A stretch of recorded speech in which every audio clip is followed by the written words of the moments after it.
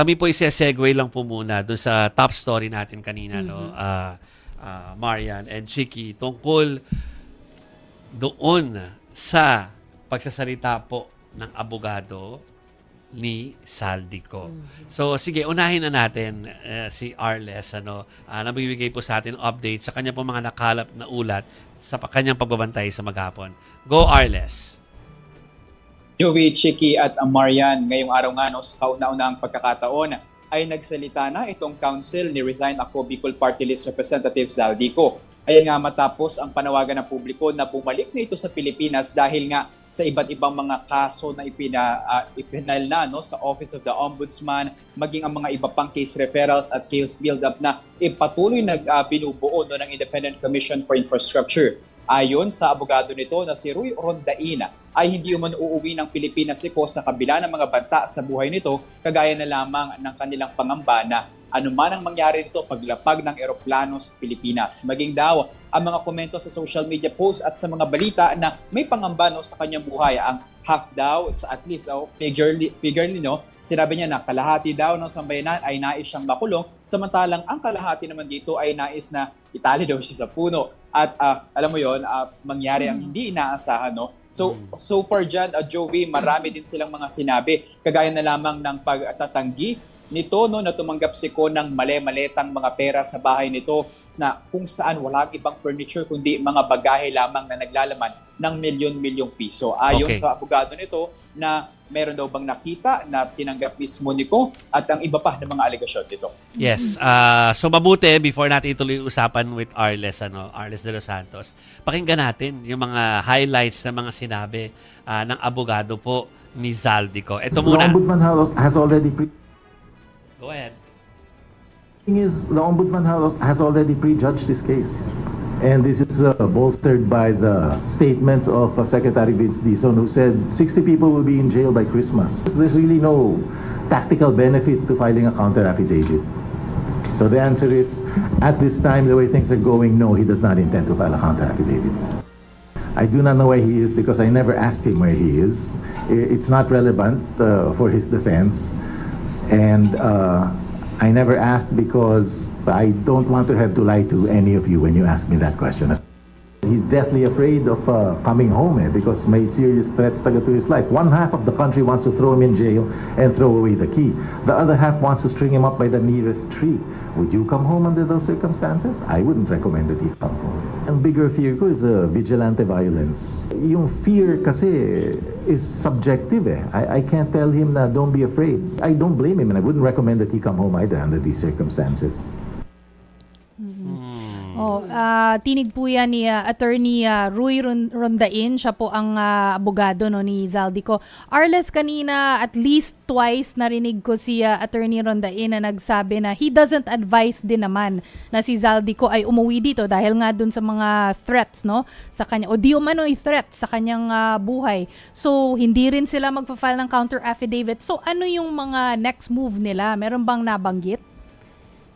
Actually, sinubukan natin yan at Chiki na makuha sa kanila. Ang kanilang plano sa nakikita sa ngayon ay anytime soon ay hindi uuwi itong si Zaldico maging ang pagpo-file nga nito ng counter affidavit. Pero kasi inaasahan natin na marami pa ng mga case recommendation at case build-up ang maaaring isang pa ng ICI. Sa katotohanan yan ay bukas ay mayroon na naman. Aabangan natin kung kasama na naman nga ba si Kodo, maging si Office of the Ombudsman, opisina ni Boy Rimulya ay hinihintay din natin ng payag. Pero at least on the part ng ICI, tinitignan din at titignan din nila yung anggulo kung maaari nga ba, kung ayaw umuwi nito ni Ko, ay gawing remote ang kanyang interview bilang resource person sa sinasagawang investigasyon nito kaugnay sa mga flood control scandal. So, okay ba siya sa idea na yan?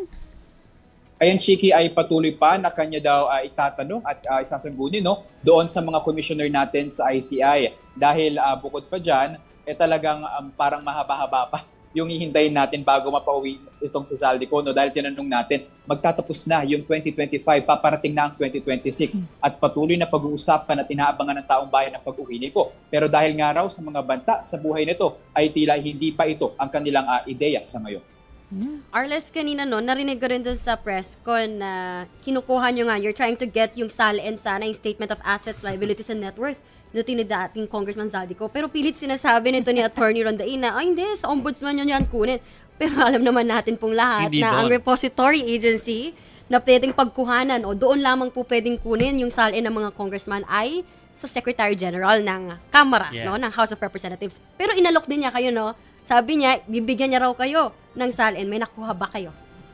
Sa ngayon, Marian, ay wala tayong nakuhang salin ni Zaldico, no? Actually, doon sa kanyang press conference, sinabi niya na bago pa man daw pumasok bilang sa Kongreso, no, itong si Kuat Manalo noong 2019, ay bilyonaryo na daw ito. 4 billion pesos na agad ang idineklara nitong salin kung saan 44 na mga pribadong kumpanya na din ang kanyang pag-aari. So, mas mayaman nga daw itong si Zaldico, kanila Senator Cynthia Villar, Manny Pacquiao nang pumasok ito sa politika. Pero Jovi, Chicky at Marian, tinanong natin, magkano na nga ba ang laman ng salin at net worth nito ni Zaldico? Medyo nasabi nito ni Attorney Orendain na nasa 5 billion pesos na daw. Pero nang tinanong natin kung saan nga ba ito nakuha, meron ba siyang hard copy or soft copy, bigla siyang napapreno at sinabi na he read it somewhere. Okay. Magsi-zero in ako dyan, Arles, kasi of course, pag Zaldico ang topic, ang isa sa, kung yaman at yaman lang din naman, allegedly ni Zaldico pinag-uusapan, it's the yung kanyang mga sasakyang panghimpapawid. So, Aircrafts po. Oo, so parang merong portion doon na inexplain niya yung ownership doon na kumpanya ang nag-own noon at hindi siya. Tama ba yung dinig namin doon kanina? Tama yan, Jovi. Ayon dito kay Rodain, ay hindi pag-aari ito ni Zaldico. Ito ay pag-aari ng Mississippi Aviation. Kaya kahit daw sa kanyang personal knowledge ay wala siyang alam na pag-aari nito ni Zaldico ng mga aircraft or air assets, no? Pero matatandaan kasi na sinabi ng CAAP na nang nakalabas ito sa Pilipinas ay mayroon ding pagtatangka na i-register ang mga ito.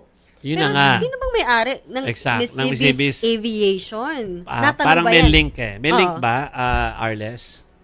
Kasama yan, Jovi, sa mga incorporator umano itong si Yes. resigned Congressman Zaldico. No? Kaya syempre, bukod pa dyan, nandyan pa yung SunWest na sinasabi niya na nag-divest na rin daw siya, no? Ilang taon na ang nakalilipas. Pero kasi syempre bilang bahagi ng kumpanya, syempre, may mga control pa rin daw yan, ay ng mga agam-agam ng publiko, no? At may karapatan pa din siya sa kung paano nga paggamitin itong mga paari-arian nito at ang pagpapatakbo sa mga kumpanya na ito mismo. Yeah, pero may point si Arles doon na at yung mga media nagtatanong kanina, kung talagang sound yung yung mga papeles ng mga sasakyang panghimpapawid na yun. Bakit nga nagkaroon ng effort to bring them somewhere else at alisin dito sa Pilipinas? Kasi kung talagang malinis ang mga papeles, hayaan mong nandyan yan at hindi naman yan, wala namang mangyayari. Nyo kung gusto nyo. Correct. So, sige, siyempre, hindi na tayo abogado Sila nakakalam kung paano yun. So, meron ba kayong tanong tungkol sa lawyer? Segue ako. Sige, go. Segue. Okay na ha. Ang alam natin, ang next na labanan nyo, Arles, sa ICI ay kailan ba? Sa 14. Talagang sasabayan nyo pa ang Blue Ribbon Committee ha. So, ano ba ina-expect ng mga kababayan natin dun sa mangyayari sa 14? Actually, Jovi, November 11 pa lang ay inaasahan na natin na magre-resume na agad itong pagdinig ng ICI. So parang itong mahabang linggo na ito, Jovi, magpa-file lamang sila ng case recommendation sa ICI. Then November 11, inaasahan na darating kung sino man kanila Undersecretary Roberto Bernardo ng DPWH o dating House Speaker Martin Romualdez. Kasi ngayong araw din, Jovi, ay naaprubahan na yung 41.4 million pesos na budget ng ICI, pati yung 172 na allocation para sa mga contractual na employees nito. Kasama na dyan yung pambili ng kanilang mga kagamitan para sa isasagawang live streaming ng komisyon. So, dahil bibili pa lang, hindi aabot sa 11th yung live streaming?